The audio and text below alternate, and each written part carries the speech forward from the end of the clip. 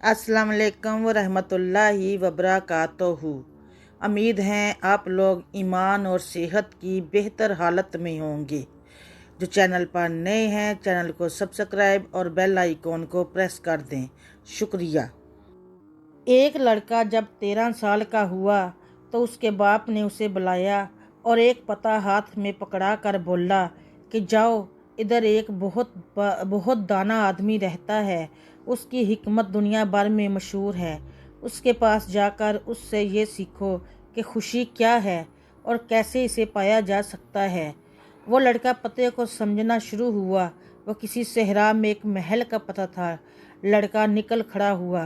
वो 40 दिन मुसलसल सहरा में सफ़र करता रहा। आखिरकार वो इस पते पर पहुंच गया। उसने देखा तो सामने एक बहुत आलीशान वसी व अरीज महल बना हुआ था। वो महल के अंदर दाखिल हुआ तो देखा कि हल्की सी मौसीकी लगी हुई थी और इर्द गिर्द झोंक दर झोंक लोग जमा थे। उसने बिल्कुल भी ये सब तसव्वुर नहीं किया था। उसका ख्याल था कि अंदर मुकम्मल सन्नाटा होगा और कोई बूढ़ा सा दाना बाबा बैठा होगा जो उससे हिकमत की 2-4 बातें बताकर चलता करेगा। इधर तो माहौल ही अलग था। इतने ढेर सारे लोग और मेज़ों पर थाल के थाल भरे पड़े थे। इतने में इतने लजीज और तरह तरह के खाने सजे थे।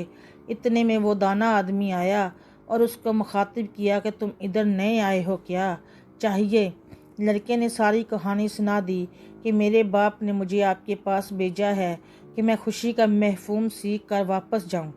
इस आदमी ने उसे बोला कि देख लो, मेरे कितने मेहमान आए हुए हैं, मेरे पास ज़्यादा वक्त नहीं है।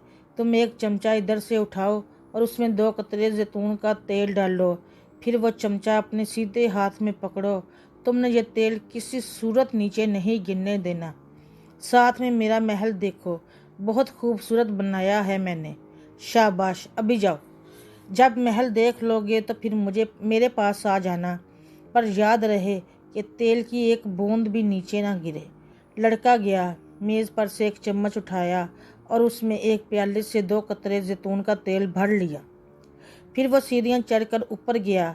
इतनी सीढ़ियाँ थी कि ख़त्म होने का नाम ही नहीं लेती थी। हर मंजिल पर एक ज़बरदस्त मंजर बना हुआ था। जे उधर उधर फिरता रहा और फिर वापस आ गया। इस आदमी ने उसे देखा तो अपने मेहमानों में से उठाया और उसे बोला कि हाँ भाई, अब ज़रा मुझे ये बताओ कि तुमने क्या क्या देखा। लड़का बोला कि मैं आपसे झूठ नहीं बोल सकता, मुझे सारा वक्त इन तेल के कतरों की फ़िक्र लगी हुई रही और मैं कुछ भी नहीं देख पाया।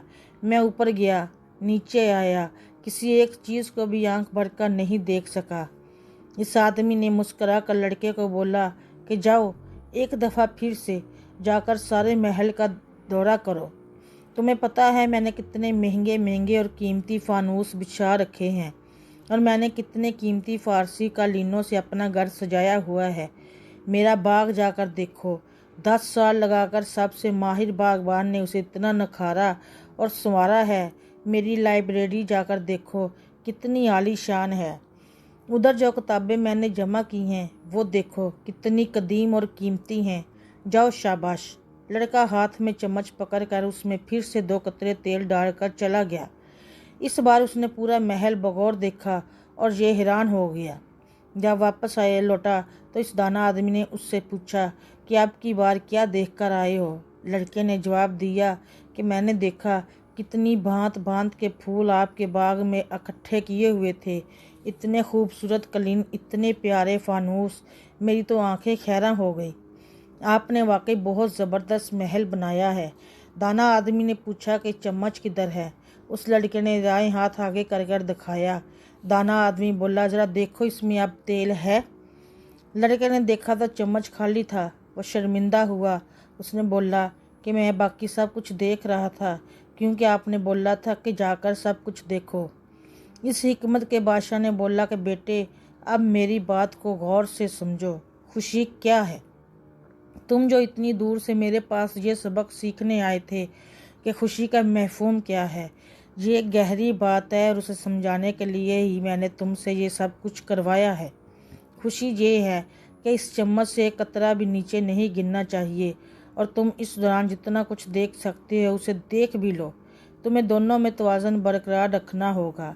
यही ज़िंदगी का मकसद है, और जब इंसान इस मकसद को काफ़ी हद तक पा लेता है तो वो खुश और मुतमईन रहता है। इस कहानी में असल सबक यही था कि चम्मच में 2 कतरे तेल इंसान का ईमान है। उस ईमान को खुदा ने हर इंसान में परोया है। इंसान दरअसल सांचे हैं। हर सांचे में ये 2 कतरे ईमान के परोए गए। जब सारी रूहों को तख्लीक किया गया, फिर रब ने सबको इस दुनिया के इम्तिहान में डाल दिया। इस दुनिया को खुदा ने बहुत हसीन व जमील बनाया ताकि ये हमारी आंखें खैरा कर दे और दिल मोह ले। जब इस दुनिया ने दिल में ज़्यादा घर कर लिया तो ईमान का बेड़ा गर्क हो जाएगा, और जब भी ईमान ने दिल में ज़्यादा घर कर लिया तो इंसान अल्लाह को मकरब हो जाएगा।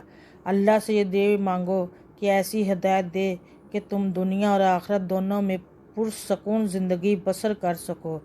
जो इंसान ईमान और दुनिया में तवाज़ुन कायम कर लेता है वो किस्मत का धनी बन जाता है, और उसे समझ आ जाता है कि खुशी किस नेमत को बोलते हैं, क्योंकि वह इसे महसूस कर लेता है जैसे अपने परवरदिगार का वजूद इंसान महसूस कर सकता है। इसी तरह खुशी भी एक ऐसा जज्बा है जिसे हासिल करने के लिए ईमान और दुनिया की रंगीनी में तवाज़ुन रखना पड़ता है।